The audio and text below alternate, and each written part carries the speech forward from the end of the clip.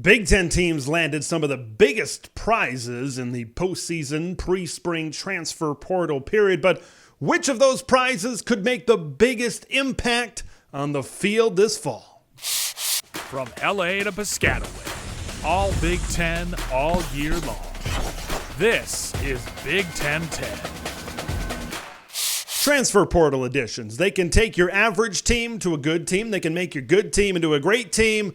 And they can maybe transform your great team into an elite level national championship contender. And when I look at some of the biggest impact Big Ten transfers entering this season, I got to start with those elite level teams, because the two teams that I believe can win a national championship in the Big Ten this season, boy, did they attack the transfer portal. And the biggest impact position of them all, the quarterback position, is where I want to start. Dillon Gabriel transferring over from Oklahoma into the University of Oregon. He threw 30 touchdowns for the Sooners last season. He was top 10 in the country in a majority of passing statistical categories. Before that, he was able to tear it up at UCF as well. He has seen and played a lot of college football in his time. Now, Oregon has, statistically, a lot of analytical measures, the best offense in college football last season. So really, how much of an impact can Dillon Gabriel make, you may ask? Well, I believe he's going to make an impact in maybe one part of his game. One really good part to his game could maybe make Oregon's offense even better next season, and its ability to stretch the field with the deep ball. If there is a criticism over Oregon's number one offense last season, it's they didn't really stretch the field all that much. Some people called Bo Nix the check down king with a lot of short and medium passing concepts. And when you watch Dillon Gabriel on tape, the guy can sling it deep. He can hit the deep ball. You got to have a feeling that guys like Evan Stewart coming over from Texas A&M, how about Tez Johnson and others in this great Oregon wide receiver room are going to love going deep. And I think it's going to really open up more facets of this Oregon offense as well. Right now, I believe that Dillon Gabriel, he's number one in terms of Big Ten quarterbacks right now. I believe that he can be that good. I believe that he can be in New York City when all is said and done. And really, there's no bigger impact than that. Let's move to the defensive side of the football for the Oregon Ducks. Now, they did face Washington twice last year, and Washington had a generational wide receiver group. But when they did play the Huskies, they did have trouble kind of covering that pass game as well. And they lose Kyrie Jackson at that cornerback spot. But you're not just, because sometimes the transfer portal is about filling holes, but I believe what they've been able to do in the secondary has been an improvement. And a big part of that is being able to go up north to their arch rival in Seattle and grab maybe their top defensive player, and that's Jabbar Muhammad. Jabbar Muhammad, first in the Pac-12, seventh in the country last season with 16 pass breakups. He gives Oregon that number one corner. He gives Oregon one of the best cover corners in all of college football, transfer portal or otherwise. So being able to have that, and then you bring in Cam Alexander from UTSA, you bring in Kobe Savage from Kansas State. All of a sudden, this secondary is looking pretty good at Oregon. All of a sudden, when you compare it to last year, maybe it's an improvement over last season as well. And having Jabbar at corner, having that peace of mind covering the other team's number one guy, sure makes this Oregon offense, or at least it makes it feel like, or I should say Oregon's defense is going to be a better unit in 2024 than it was in 2023. Let's move to the other national championship contender, and they reside in Columbus, Ohio. Let's chat about the Ohio State Buckeyes. They're already underway with spring practice, and we're already seeing the impact of Caleb Downs transferring in from Alabama. Because Caleb Downs, of course, one of the top defensive players in college football, young or otherwise, back there at safety. You have Sonny Styles last year, who was at safety. Day one of spring practice, they're moving Sonny Styles to linebacker. The impact that Caleb Downs provides is the depth of talent. There's a lot of talent across Jim Knowles' Buckeye defense. And now you're sliding a really good player in Sonny Styles into a linebacker group that needs some depth. When you lose Tommy Eichenberg, when you lose Steele Chambers, you need some experience in that as well. And now you're keeping all of the best players on the field. So the depth of talent that Caleb Downs provided has a trickle-down effect already in spring practice. And I think his presence, right, he had 100 tackles last season at Alabama. His presence just on this defense, it's just, on offense, sometimes you got to keep an eye on where is that guy on the field at all times. You're going to have to do the defensive side of the football with Caleb Downs because he's so versatile, right? He can come up and stop the run game. He can play center field and do some things back there in the secondary. And you got to think Jim Knowles is thinking, I can bring an extra guy. I can bring maybe 2 extra guys, knowing that I've got that security blanket back there in Caleb Downs in the secondary. Let's move to offense and let's move to the run game, man. The impact that Quinshon Judkins makes coming over from the SEC at Ole Miss into this run game. Well, it takes Ohio State's run game from a really good run game to maybe the best running game in all of college football.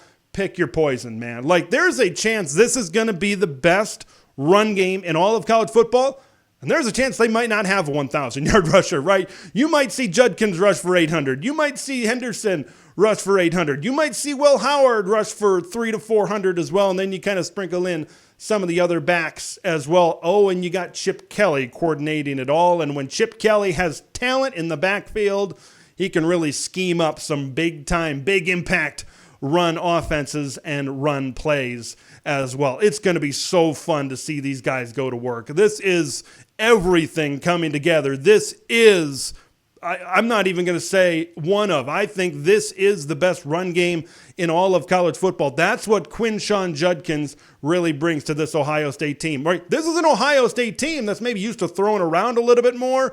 It might look a little bit different in Columbus, Ohio, and, well, there's absolutely nothing wrong with that. Let's head to the defensive side of the football, linebacker position specifically. How about some big-on-big crime to start? Jayshawn Barham transferring from Maryland over to Michigan. Okay, when you look at that Michigan defense, you see Will Johnson, Makari Page, Rod Moore, guys like that come back in the secondary. You look at their defensive line, you see Mason Graham, you see Derek Moore, you see Kenneth Grant. So, D-line, check. Secondary appears to be check.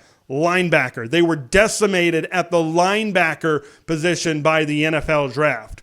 But you bring in, even though he kind of took a little bit of a step down his sophomore year at Maryland, his freshman year, Jayshawn Barham came in and played with a vengeance on that Terrapin defense. And when you watch him on film, he attacks the football. And Michigan is a place, it seems like, where people come to this school, right? Even with Wink Martindale, a new defensive coordinator coming into this thing, it seems like Michigan is a place where people come to school and they leave as NFL draft picks, and there's talent there. There's talent there with Jayshawn Barham. His impact is being able to fill that hole, that gaping hole in the middle of that defense over there at Michigan. And I believe he can take steps up. He can be an 80, 90 tackle, maybe even a 100 tackle kind of guy.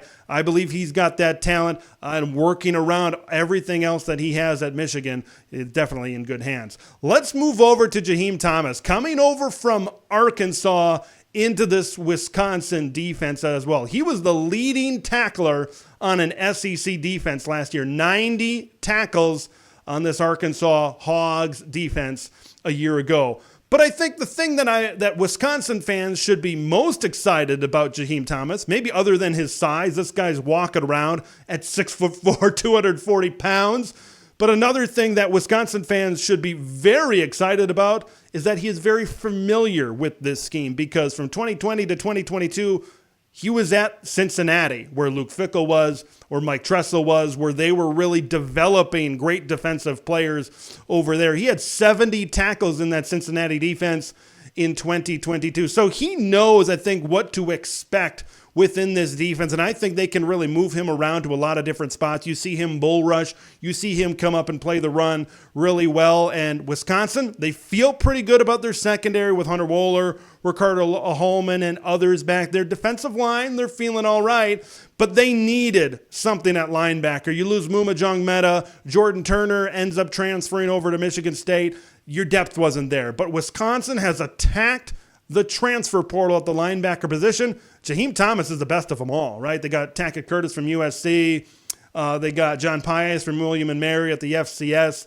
Love as well Leon Lowry over there at Syracuse. But Jaheim Thomas is that guy in the middle with Jake Chaney, where now you can have some peace of mind. You can have some confidence on defense for the Wisconsin Badgers going forward. Let's pivot to the offensive side of the football. Those playmakers on the outside at the wide receiver position.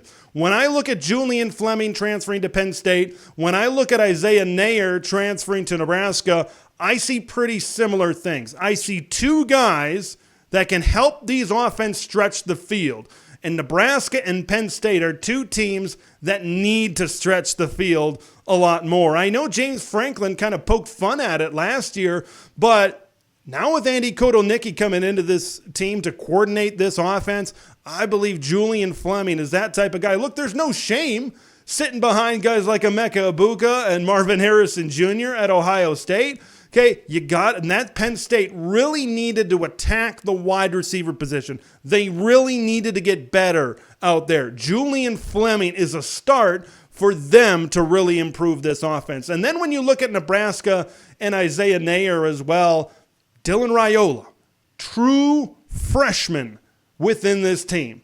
Okay, he needs a number one guy. With all due respect to Jalen Lloyd, Alex Bullock, Malachi Coleman, Isaiah Garcia Castaneda, there wasn't a number one guy in there. Okay, Isaiah Neyor, he was banged up at Texas, but he put up some big-time numbers and showed some big-time potential over there at Wyoming. I could really see him being that number one guy, that security blanket that Dylan Raiola can look to on a very consistent basis over there at Nebraska as well. Let's go to Iowa City and talk about Kaden Proctor. This year seems to be the year that the offensive line really comes together. And the offensive line is the driving force to the success of Iowa football. You want to be able to run the football.